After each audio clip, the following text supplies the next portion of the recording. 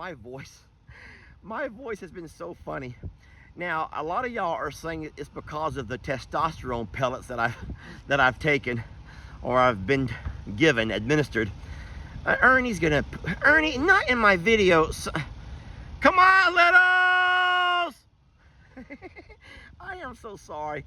Ernie's gonna mess up my video, and I don't think he even cares. Guys, I guess if you have to go, you have to go. So I'll just keep my hand right there. Come on, littles! What is taking? Okay, here they come. Come on, babies! I don't know if it's the noise of the machinery. Come on, littles! I want to see if Carl's gonna come. Come on, Pig Newton, let's go! Come on, littles! I am screaming as loud as I can, and only about half the babies are here. Come on, littles! Look at Newton. Newt! Look at Ringo. Come on, Ringo! Oh, look at Ringo. Oh, I love him. Here comes Mr. Huck. Come on, littles! Oh, here comes old Danny Goat, the ODNG. Look at her hobbling. But he has rammed pigs and he's moved goats out of his way to get to the food bowl. Ringo has to eat first. Yet Carl is not like that. Carl allows these babies to find their food, and Carl takes whatever is left over, which is, in my opinion, the ultimate sign of respect and leadership. The things we can learn from Carl.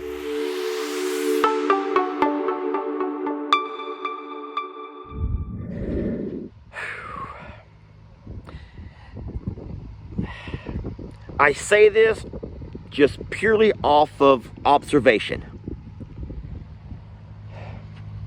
I'm taking a couple of things that I've noticed. Okay, so for the first 2 weeks that Carl was a little, Carl had no problems with me whatsoever inside that little's pasture.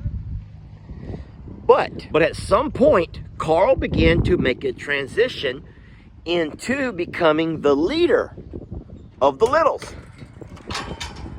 You thought that Ringo was the leader and Annie was the protector.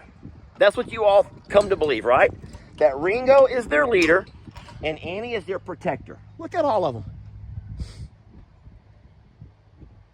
Ringo's still the leader of the little goats and Annie's still the protector, guys. But Carl is the head honcho, if that makes any sense to you. So a couple of things have happened that let me know that. Number one, when Carl walks to the pond, all of these guys follow Carl to the pond. When Carl leaves the pond and goes to the barn, all of these guys follow Carl to the barn. Whatever pasture Carl's eating in, all of the babies are kind of around him. And so I don't know if at some point Carl just kind of assigned himself to a position. Now, Carl has never, and I give you my word, Carl has never shown any hostilities towards any of these babies. None. Zero. Yet, as you have seen in videos, he's been plenty hostile towards me and Jake and Ellie when we've had to go inside the pastures for our maintenance and chores and cleanup and everything else. So here's what I think has happened. I think that the pecking order, if you will, which does exist, it exists in all levels in every society, so don't even think less of that pecking order is real. Look at your own workplace. Look at your own school classrooms. Anyway, Carl has somehow moved himself up to the top of the pecking order. Yet, unlike Ringo, he never pushes anybody out of the way for food. You've seen Ringo ram every one of them. Ringo has taken out kneecaps. He's twisted and, I don't want to say mangled because he's never physically hurt anybody, but he has rammed pigs and he's moved goats out of his way to get to the food bowl. Ringo has to eat first. Yet Carl is not like that. Carl allows these babies to find their food and Carl takes whatever is left over, which is, in my opinion, the ultimate sign of respect and leadership. The things we can learn from Carl. the things I've learned from Carl. Such an amazing animal. So for everyone who keeps saying either A, you need to get rid of Carl, I'm not getting rid of Carl. I'm not. You're wasting your breath. You're wasting space in the comments. I'm not getting rid of Carl. Those who say you need to move Carl back to a different pasture, no. Carl is right where he belongs. This is what we've all been waiting for. Even with the protection from Annie and Ernie and Ringo, we still have had dogs, coyotes, wild boars, raccoons, possums get into our pastures and kill our babies. Since we've had Carl, I haven't noticed anything out of place.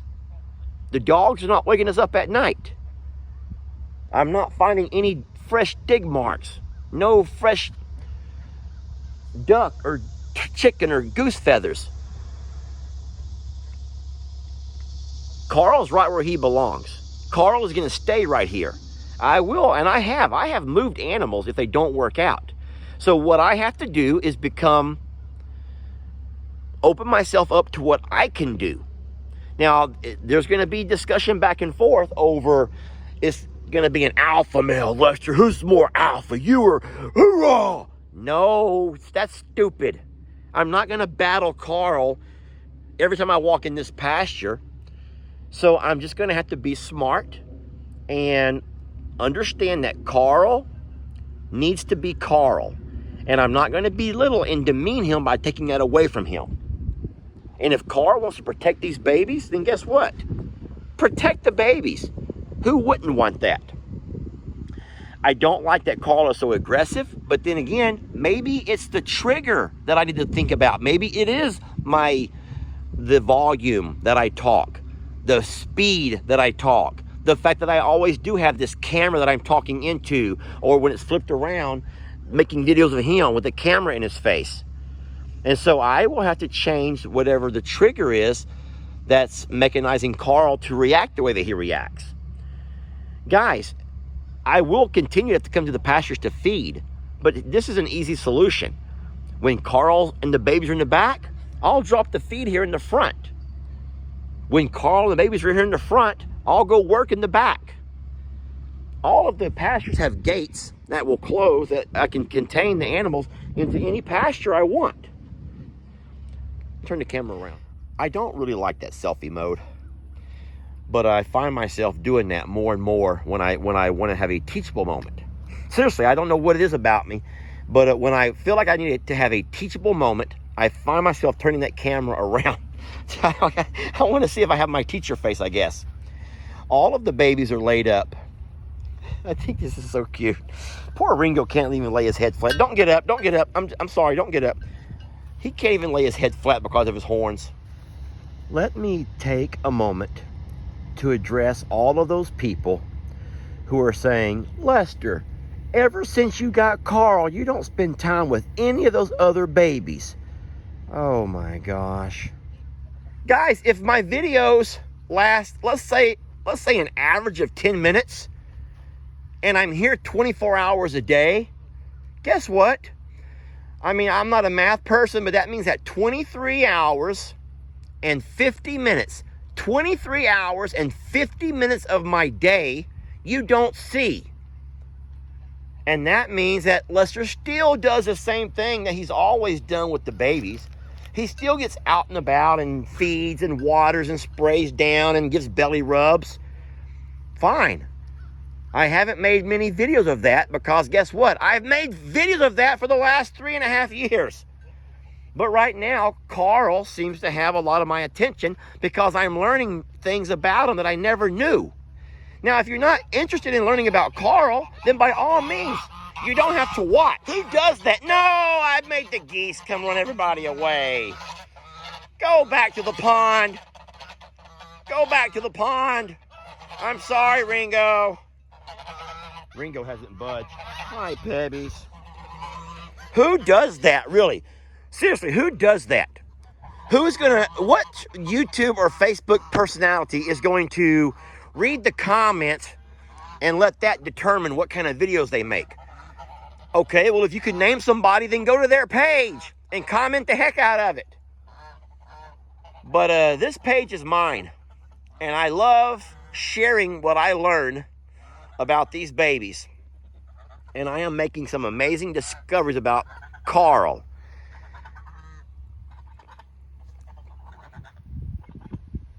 Look how dirty their bellies are. That just goes to show that we need some rain. The pond, it's so dirty and dusty that as the dust blows around, it settles on top of the water right there. And next thing you know, the ducks swim across it and they get all that stuff stuck to them. Hi, baby. Oh, yeah. So here's what I'm noticing right now is that Pebbles has the scours. Now, I don't want to gross you all out, but these are things that, even though I'm making a video about Carl or talking about Carl or whatever, we have a tummy issue with Pebbles right there.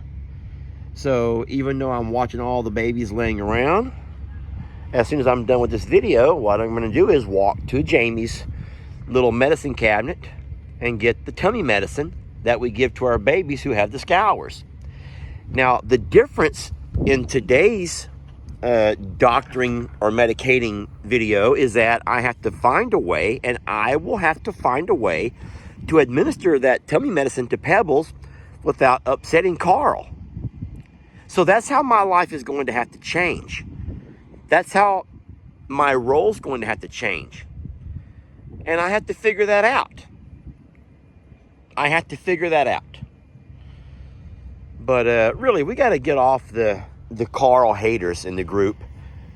Carl is an amazing addition to this farm.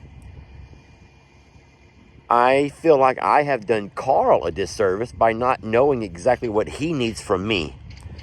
And that I've riled him up more than he needs to be riled up, or agitated, or frustrated, or angered. And somebody's here. Oh, before I leave, just let me add one last thing. This is the most important thing. Guys, if you have come to this page because you love these babies, if you have found yourself on this page because you admire the things that we do here, you admire the things that we stand for, and, you know, maybe you respect, I don't know, you've all found yourself here some way or another.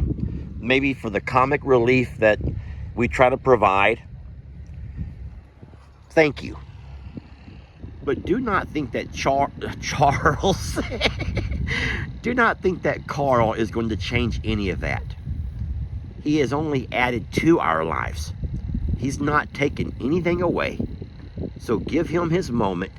Give him his moment. Give us all our moment to learn with Carl. Learn about Carl. Because Carl deserves that.